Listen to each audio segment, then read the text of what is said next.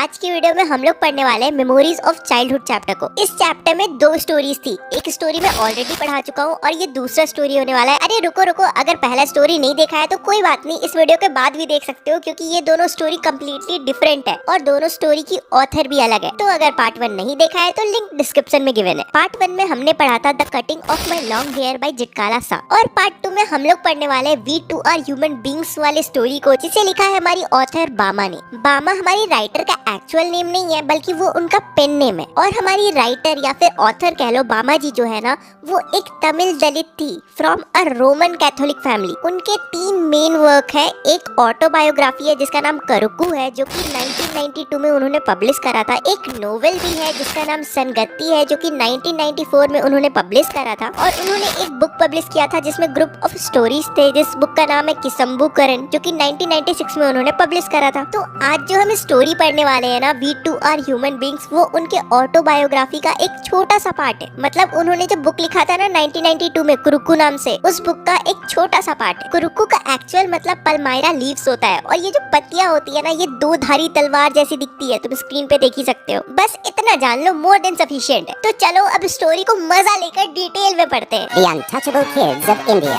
बामा जी बताती है कि जब वो 3rd क्लास में थी ना, तब लोग ओपनली ऐसे अनटचेबिलिटी के बारे में बातें नहीं करते थे, और ना ही उन्हें अनटचेबिलिटी का मतलब पता था। हालांकि मैंने अनटचेबिलिटी को देखा था, फील भी किया था, एक्सपीरियंस भी किया था, और इसके कारण मैं ह्यूमिलिएट भी हुई थी। मतलब लोगों ने मुझे एम्बैरेस भी किया था। मतलब लोगों ने मुझे जताया था कि मैं एक अनटचेबल हूँ। इससे हमें पता चलता है कि हमारी जो ऑथर है, मतलब जो बामा जी है ना, वो भी अनटचेबल कास्ट से बिलोंग करती है। बामा जी बताती है कि एक दिन वो अपने स्कूल से घर जा रही होती है। उनके शोल्डर में एक बहुत ही पुराना सा बैग लटका हुआ था, और हालांकि मुझे स्कूल से घर जाने में बस 10 मिनट ही लगते हैं, लेकिन फिर भी मुझे 30 मिनट लग जाते थे, 30 मिनट्स। और आमतौर पे मैं 30 मिनट से लेके 1 घंटा तक बस रोड में घूमा करती थी। मैं आराम से घूमते घूमते घर जाती थी, सारे फन वाले चीजें, सारे गेम्स वाले चीजें को देखते देखते। मतलब रास्ते में जो भी मजेदार चीजें उन्हें दिखती थी ना, वो उसे बस बैठ के देखते रहती थी, ऐसे ही घूमते रहती थी रोड पे, जानबूझ के घर लेट से जाती थी। जितनी भी नोवेलिटीज थी, जितनी भी ऑडिटीज थी, नोवेलिटीज का मतलब नई नई चीजें, और ऑडिटीज का मतलब बहुत ही अनयूजुअल चीजें। जितनी भी नई नई चीजें थी और जितनी भी अनयूजुअल चीजें थी ना, ऑथर शांति से बैठकर या खड़े होकर उन्हें देखा करती थी। जैसे कि उन्हें कभी कभी परफॉर्मिंग मंकी देखने को मिल जाता था। जो लोग नहीं होते मंकी को नचवाते हैं रोड पे, तुमने देखा ही होगा कभी ना कभी। कभी कभी उन्हें रास्तों में सांप और सपेरा भी देखने को मिल जाता था। जो सपेरा था बिन बजाता था और सांप ऐसे से नाचता था, मतलब कि snake with the snake charmer. और उस दिन जब वो घर जा रही थी ना, उन्हें रास्ते में एक साइकिलिस्ट भी दिखता है जो कि लगातार 3 दिन से साइकिल चला रहा था, और वो साइकिलिस्ट सुबह से रात तक रुकता नहीं था। कुछ लोग उस साइकिलिस्ट को मोटिवेटेड रखने के लिए उसके शर्ट पे कुछ पैसे पिन कर देते थे। जैसे कभी कोई डांस प्रोग्राम चल रहा है, लोग नाच रहे हैं, तो तुम फिर पैसा फेंकते हो।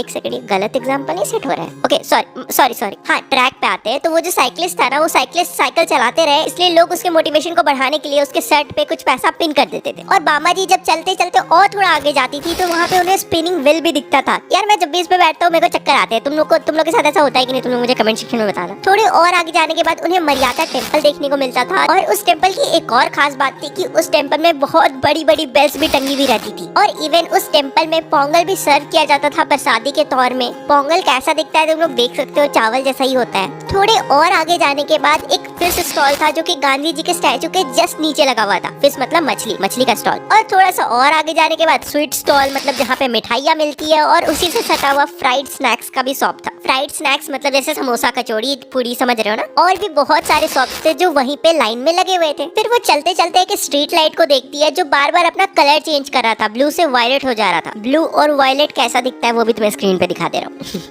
थोड़ा और आगे चलने के बाद बामा जी देखती है कि एक ट्राइबल कम्युनिटी है जिसे लोग नारी कुरवन हंटर जिप्सी के नाम से बुलाते हैं, और उनके पास केज के अंदर कुछ लेमूर्स थे।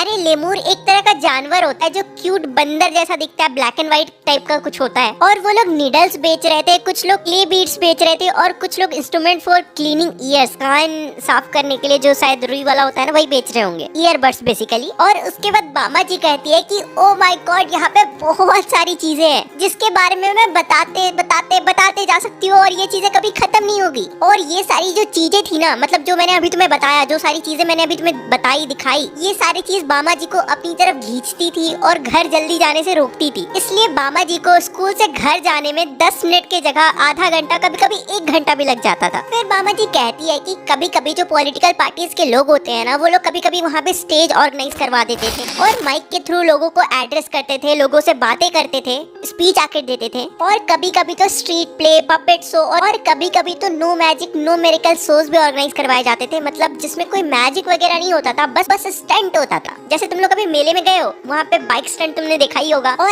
ऐसे ही बामा जी के जो रास्ते में चीजें आती थी ना, वो उन्हें एंटरटेन करते रहती थी और हमेशा वहाँ पे कुछ ना कुछ होते ही रहता था। और चलो मान लेते हैं किसी दिन ये सारी चीजें नहीं होती है, लेकिन फिर भी रास्ते में बहुत सारे कॉफी क्लब्स आते हैं और उन कॉफी क्लब्स में जो वेटर होते हैं ना, वो कॉफी को ठंडा करने के लिए एक टम्बलर में भरकर ऊपर से नीचे पॉर करते हैं। एक हाथ से ऊपर उठा के दूसरे हाथ में जो टम्बलर है उसमें पॉर करते हैं, जैसा कि तुम लोग स्क्रीन में देख ही पा रहे होगे। और वहीं आसपास के होटल में बामा जी ये भी देखती थी कि कुछ लोग होते हैं जो बैठ के ओनियंस काट रहे होते हैं बहुत ही ज्यादा स्पीड में, लेकिन आंखों को दूसरी तरफ करके, ताकि उनकी आंखों में जलन ना हो, ताकि उनके आंखों से आंसू ना आए। और जब बामा जी अपनी घर जाती थी ना, तो रास्ते में बहुत सारे आलमंड्स के ट्रीज लगे होते थे। और तुम्हें पता ही होगा कि कभी कभार बहुत तेज हवा चलती है, उसके कारण जो ये आलमंड्स होते हैं ना, वो गिरने लगते थे। और ये देख के बहुत सारे लोग वहाँ पे आके उसे कलेक्ट करने लगते थे। बामा जी के आंखों के सामने इतने सारे चीज हो रहे होते थे ना, कि ये सब चीज उनके पैरों को ऑटोमेटिकली रोक लेते थे और उन्हें रोक लेते थे जल्दी घर जाने से। फिर बामा जी कहती है, रुको जरा, अभी कहाँ खत्म हुआ है। घर जाते वक्त उन्हें बहुत बड़ा फ्रूट मार्केट दिखता था, जहाँ पे सीजनल फ्रूट्स रखे हुए होते थे, जैसे कि mango, cucumber, sugar cane, sweet potato, palm shoots, palm syrup and palm fruit, guavas भी होते थे, जैक फ्रूट भी होते थे और भी बहुत तरह के फ्रूट्स। और वो रोज देखती थी कि बहुत सारे लोग आकर अलग अलग चीजें बेचा करते थे, जैसे कि स्वीट मतलब की जो मिठाई होता है, tasty snacks, spice and halwa, boiled turmeric seed मतलब की इमली को बॉइल करते हैं, I don't know why, and iced lollies.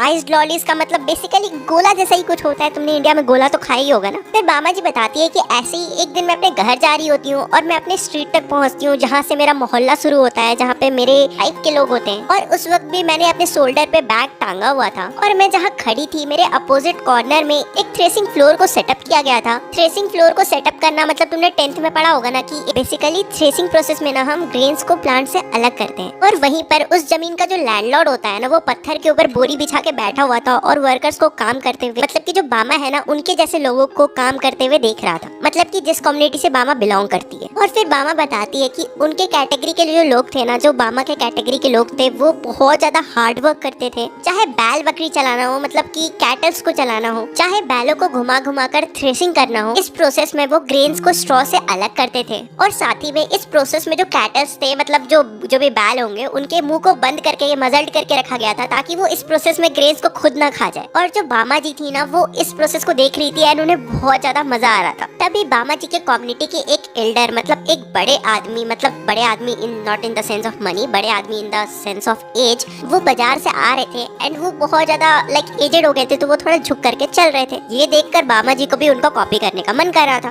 बामा जी उनको देख के बहुत ज्यादा जोर से हंसना भी चाहती थी, लेकिन वो नहीं हंसती है। और वो हंसना क्यों चाहती थी? क्योंकि वो बहुत ज्यादा बड़े इंसान है, एल्डर है, लेकिन फिर भी उन्होंने एक छोटी सी पॉलिथीन को कैसे पकड़ के रखा है। फिर बामा जी गेस करती है कि आखिर उस पॉलिथीन में, मतलब उस छोटे से थाली में क्या होगा। क्या उसमें वड़ा होगा, वड़ा ही होगा, मतलब वड़ा होगा, या फिर ग्रीन बनाना भाजी होगा। और बामा जी ऐसा इसलिए गेस करती है क्योंकि जिस पेपर में वो रैप करके रखा हुआ था ना, उसमें थोड़ा तेल लगा हुआ था, तेल का स्ट्रेन था। और वो जो एल्डर थे ना, उन्होंने उस पैकेट को स्ट्रिंग से, मतलब ऊपरी हिस्सा से पकड़ के रखा था, जैसे पॉलिथीन का ऊपर वाला हिस्सा होता है या फिर पेपर बैग का जो ऊपर वाला हिस्सा होता है उससे। और वो बैग को बिल्कुल भी टच नहीं कर रहे थे। लेकिन बामा जी ये सोच रही थी कि अगर कोई इंसान ऐसे करके पकड़ेगा तो हो सकता है वड़े नीचे गिर जाए या फिर भाजी नीचे गिर जाए, अगर बाई चांस स्ट्रिंग टूट जाता है तो। और ये भी हो सकता था ना कि ऑयल के कारण वो पैकेट फट सकता था। इससे ये पता चलता है कि वो पेपर बैग ही है, पॉलिथीन नहीं है। फिर बामा जी देखती है कि वो जो एल्डर आदमी होते हैं ना, वो उस लैंडलॉर्ड के पास जाते हैं और थोड़ा और झुकते हैं और अपने हाथों को आगे करते हैं और वो जो बैग होता है वो लैंडलॉर्ड को देते हैं। और जब वो अपना हाथ आगे करते हैं ना तो वो दूसरी हाथ से अपने पहले हाथ को सपोर्ट भी देते हैं। और फिर लैंडलॉर्ड उस पैकेट को खोलकर वड़ई को खाने लग जाते हैं और फिर लैंडलॉर्ड उस पैकेट को खोल के वड़ा खाने लग जाते हैं। फिर बामा जी इस इंसिडेंट को देखने के बाद सीधा अपने घर चले जाती है और इस चीज के बारे में अपने बड़े भाई को बताती है और वो इस पूरे इंसिडेंट को बहुत ही कॉमिक वे मतलब बहुत ही फन वे में बताती है। और ये चीज सोच के वो बहुत ज्यादा हंसने भी लग जाती है कि कैसे वो एल्डर आदमी उस बैग को ले जाता है और कैसे लैंडलॉर्ड को देता है। लेकिन बामा जी के जो बड़े भाई होते हैं ना उनको बिल्कुल भी हंसी नहीं आती है इस बात पे। और फिर बामा जी के बड़े भाई बामा जी को बोलते हैं, उन्हें रियलिटी बताते हैं कि वो जो लैंडलॉर्ड होते हैं ना वो हमें लोअर कास्ट का मानते हैं और खुद को अपर कास्ट का मानते हैं। और उनका ये मानना है कि अगर कोई लोअर कास्ट वाला उनको टच कर देता है तो वो पॉल्यूटेड हो जाएंगे, मतलब कि वो लोग भी गंदे हो जाएंगे। और इसलिए वो एल्डर उस पैकेट को उसके स्ट्रिंग से पकड़ के ले जाता है और हाथ को एकदम झुक कर दूर से उन्हें थमाता है। और बामा जी जैसे ये चीज सुनती है उन्हें बहुत ज्यादा गुस्सा आने लगता है, उन्हें बहुत ज्यादा बुरा लगता है, सैड फील करने लगती है, बहुत ज्यादा डिस्गस्टिंग भी लगता है। और फिर बामा जी ये भी सोचती है कि वो जो वड़ई है वो ऑलरेडी पहले बनाना लीफ में पैक किया गया है और उसके ऊपर फिर एक और पेपर से पैक किया गया है, तो आखिर कोई ऐसे ही छू देगा तो कैसे वो पॉल्यूटेड हो जाएगा। और इस वक्त उन्हें गुस्से में ये मन कर रहा होता है कि वो खुद जाकर उन वर्थलेस वड़ई को अपने हाथों से टच करे। और वो ये भी सोचती है कि